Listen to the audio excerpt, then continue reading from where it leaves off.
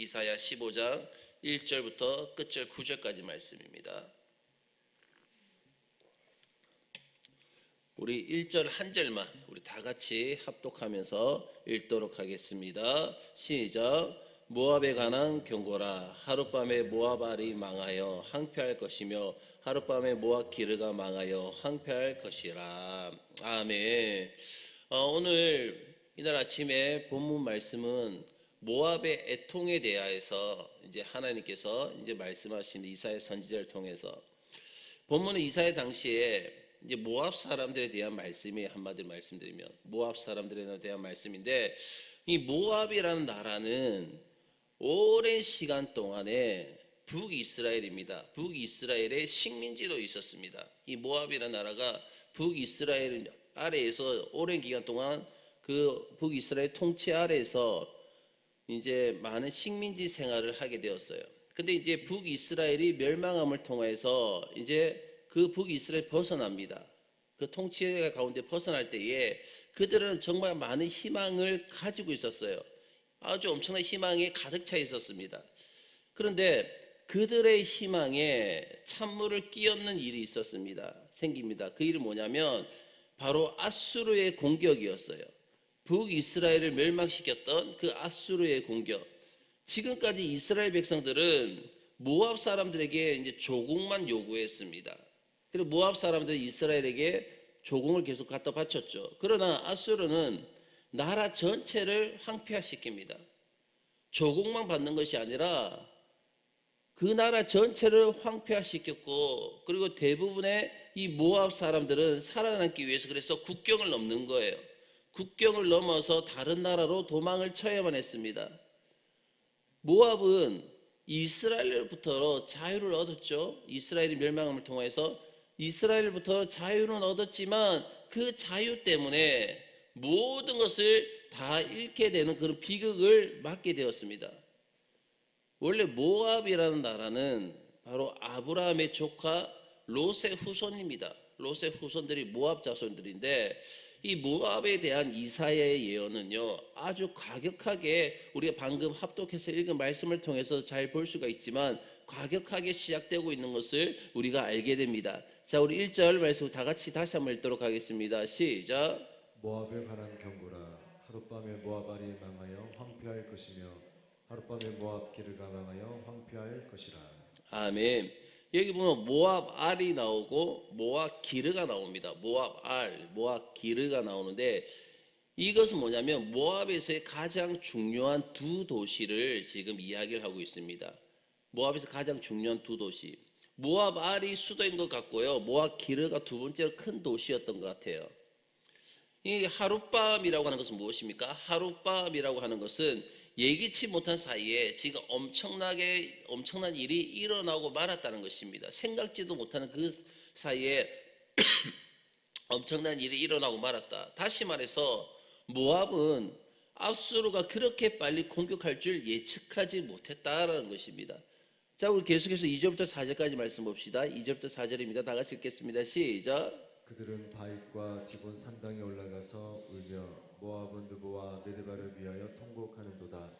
그들이 각각 머리카락을 밀고 각각 수염을 깎았으며 거리에서는 굵은 배로 몸을 동였으며 지붕과 넓은 곳에서는 각기 애통하여 심히 울며 헤스본과 엘랄레는 부르짖으며 그들의 소리는 야하스까지 들리니 그러므로 모압의 군사들이 크게 부르짖으며 그들의 혼이 속에서 떠는도다. 아멘.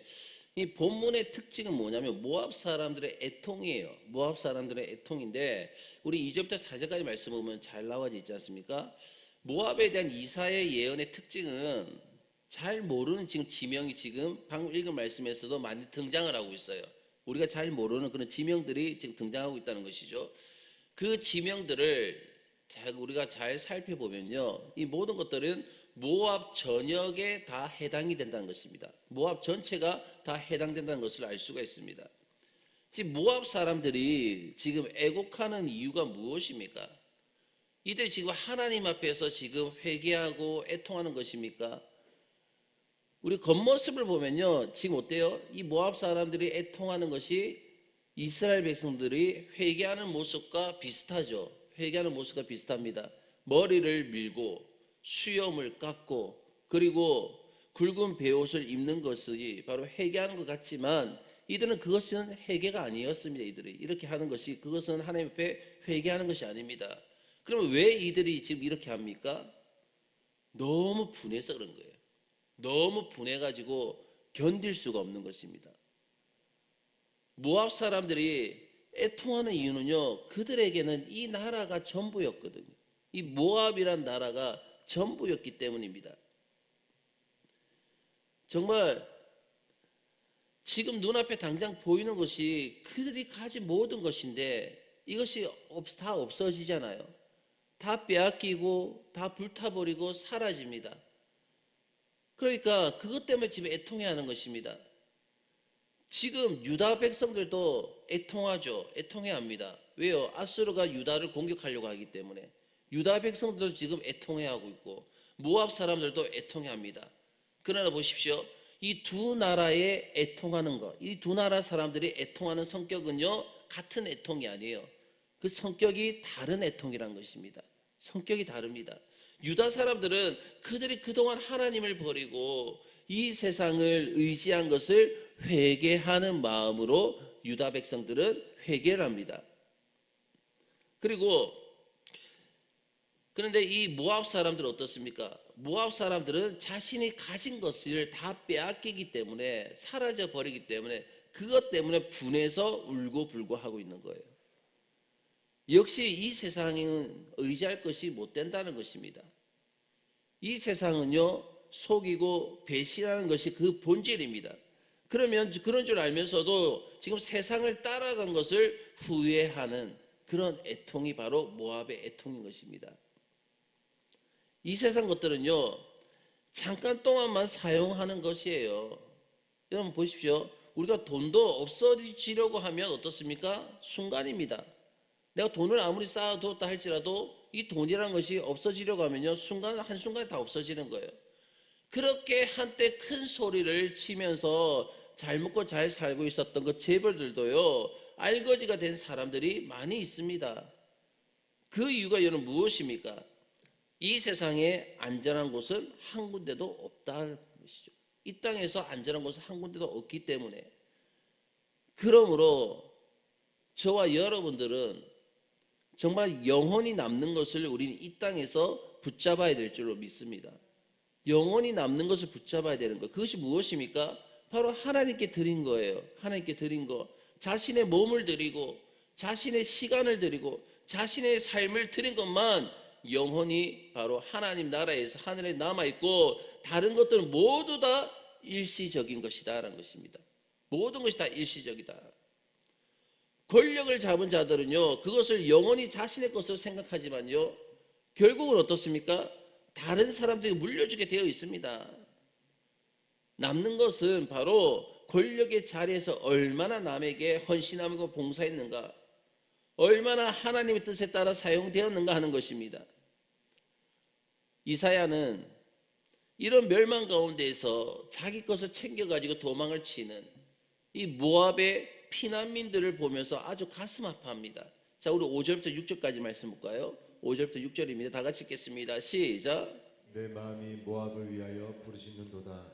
그 피난민들은 소알과 에글라 슬리시아까지 이르고 울며 루이 비탈길로 올라가며 호로나임 길에서 패망을 울부짖으니 니무린 물이 마르고 풀이 시들었으며 연한 풀이 말라 청청한 것이 없음이로다. 아멘. 이 소알과 에글라 슬라시는요 사해 남쪽 끝에 있는 도시들인 것 같아요. 사해 남쪽 끝에 있는 도시들. 그래서 그리로 도망치면 루힛이라는 비탈길로 올라가야 됩니다. 루힛이라는 비탈길로 이제 올라가야 되는데, 근데 그래서 그들이 울면서 이제 그 비탈길로 올라갑니다. 울면서 그 비탈길 올라가 보니까 무엇이 나오냐면 바로 사해가 나오는 거예요. 사해바다. 올라가 보니까 사해로 빠지는 내리막길이더라라는 것입니다. 다시 말해서 뭐냐면 이들은요 소망이 있는 곳으로 도망을 치고 있는 것이 아니라 소망이 없는 곳으로, 아무런 소망이 없는 곳으로 도망을 치고 있는 것입니다. 우리가 도망을 치는 것은요 무엇 때문에 도망을 치는 겁니까? 살기 위해서 도망을 치잖아요. 사람들은 사람들은 살기 위해서 도망을 치는데 그들은 사회적으로 도망을 쳤어요. 사회적으로 도망을 쳤고 결국 방법은 무엇입니까? 그들이 모두가 사회 바다에 빠져 죽는 수밖에 없었습니다. 그때에 그들이 깨닫는 것이 무엇입니까? 이것은 인간의 재앙이 아니라는 거예요. 이것은 인간의 재앙이 아니고 하나님의 재앙이라는 것입니다. 하나님의 재앙. 아수르만 피하면 되는 줄 알았어요. 이들은 아수르만 피하면 되는 줄 알았는데 진짜 적은 아수르가 아니었습니다. 자신들의 진짜 적은 바로 하나님이셨습니다. 기껏 도망을 쳐도 사해 바다가 가로막고 있었고 물이 있던 곳은 이미 말라 있었습니다. 그들이 사람을 피할 수 있었는지는 몰라도 누구는 피할 수 없었습니까? 하나님은 피할 수 없었던 거예요. 하나님은. 우리 계속해서 우리 7절부터 마지막 9절까지 말씀 읽도록 하겠습니다. 다 같이 읽겠습니다. 시작. 그러므로 그들이 얻은 재물과 쌓았던 것을 가지고 버드나무 시내를 건드리니 이는 곡성이 모압 사방에 둘렀고 슬피 부르짖음이 에글라임에 이르며 그 부름이 에빌라임에 미치며 디몬 물에는 피가 가득함이로다. 그럴지라도 내가 디몬의 재앙을 더 내리되 모압에 도피한 자와 그 땅에 남은 자에게 사자를 보내리라. 아멘. 이 오늘 본문엔 7절에서 9절까지 말씀 보면 재물을 쌓아둔 사람들이 나옵니다. 재물을. 이 재물을 쌓아둔 사람들은 모압의 부자들을 의미하기도 하겠지만요. 여기 보면 실제로는 그 난리를 피해서 도망온 이스라엘의 부자도 있다는 것입니다. 이스라엘의 부자일 수도 있다는 것이죠. 왜냐하면 그 근거를 어디서 찾아볼 수 있냐면 룻기서입니다. 룻기에서 보게 되면 베들레헴의 흉년이 들었을 때에 엘리멜렉 일가가 어떻습니까? 모압으로 도피를 하죠. 그렇죠. 베들레헴의 흉년이 들었을 때 그들이 어디로 도피합니까? 모압으로 가는 거예요. 모압으로 도피한 것을 보면 이스라엘 백성들 중에 돈이 많은 사람들, 부자들이 바로 모압으로 돈을 챙겨 도망치곤 했던 것 같아요. 그런데 모압은 한번 그들이 들어가면요 나올 수가 없었습니다. 모압이란 곳이 한번 자기 발로 들어갔지만 나올 수 없는 곳이었어요. 그 어느 곳에도 재앙을 피할 곳이 없었습니다. 우리 방금 읽은 말씀 보면 버드나무 시내라고 하는 곳은요 남쪽에서 에돔으로 가는 길목으로 그 생각이 됩니다. 남쪽에서 에돔으로 가는 길목. 다시 말해서 남쪽 도피로인 셈인 것이죠. 남쪽은 도피로. 그리고 부엘 엘림은요 동쪽 끝에 있는 지명으로 생각되는데 거기서는 사막으로 도망치게 되는 것입니다. 사막.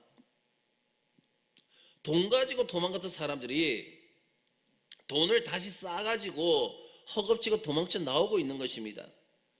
그리고 디몬은요 디본에 있는 제단을 의미하는 것 같아요. 디본에 있는 제단. 자, 2절에 또 디본이라는 곳이 나오지 않습니까? 이 디본에 있는 제단을 의미하는 것 같은데 모압 사람들은 전쟁이 일어나거나 그리고 재앙이 일어나면요 사람을 죽여가지고 제물로 바쳤습니다. 인신제사를 드리는 거예요.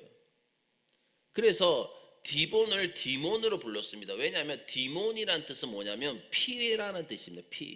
피라는 뜻이에요. 지금 사람들을 너무 많이 죽여서 피가 흥건한데도 그들이 섬기는 인신제사를 드리면서 그들이 섬기는 그 모스신은요 그들을 도울 생각을 하지 않습니다. 앞으로 얼마나 많은 사람들이 죽어야 재앙이 끝날지도 모릅니다. 결국 피의 신을 믿었기 때문에 그들은 무엇으로 망하게 되는 것입니까? 피로 망하게 되는 거예요.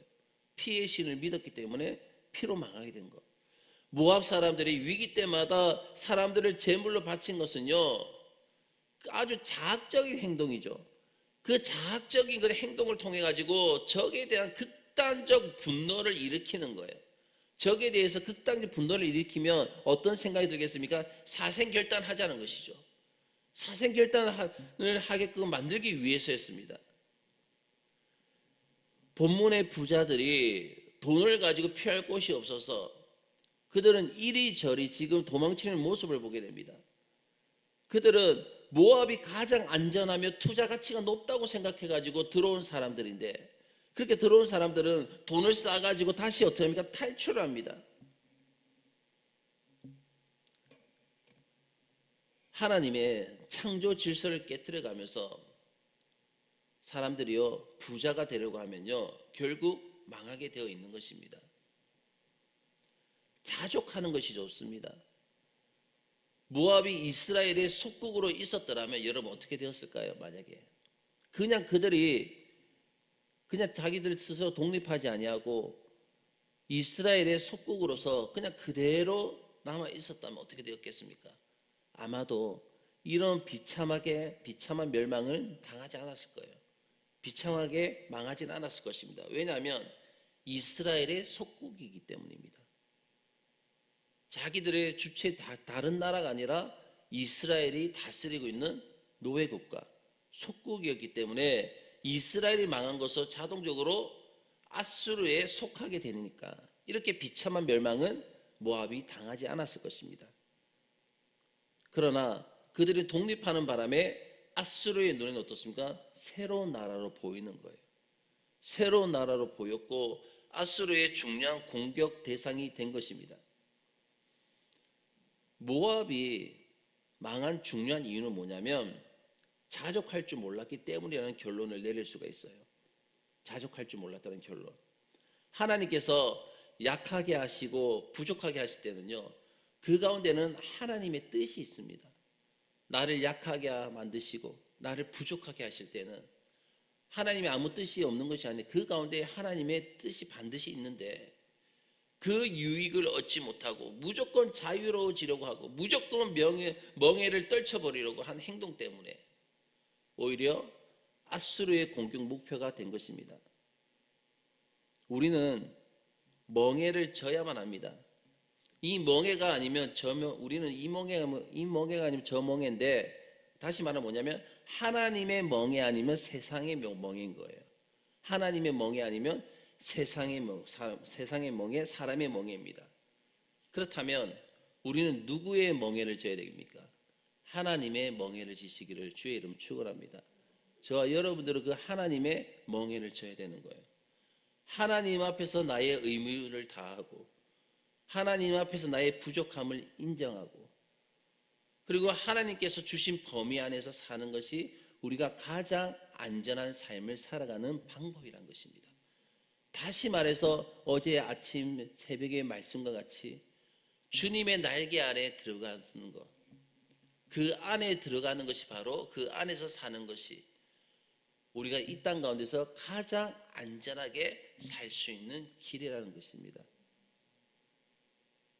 사랑하는 여러분, 저와 여러분은 하나님 앞에서의 하나님의 멍에를 지시기를 주의 이름으로 축원합니다. 그래 하나님 앞에서 의무를 다하시고 부족함을 인정하시고 하나님께서 나에게 주신 것에 감사하며 만족하며 그것을 누리면서 가장 안전한 삶을 살아갈 수 있는 우리 모두가 다 되시기를 간절히 부탁드리겠습니다. 다 같이 기도드리겠습니다.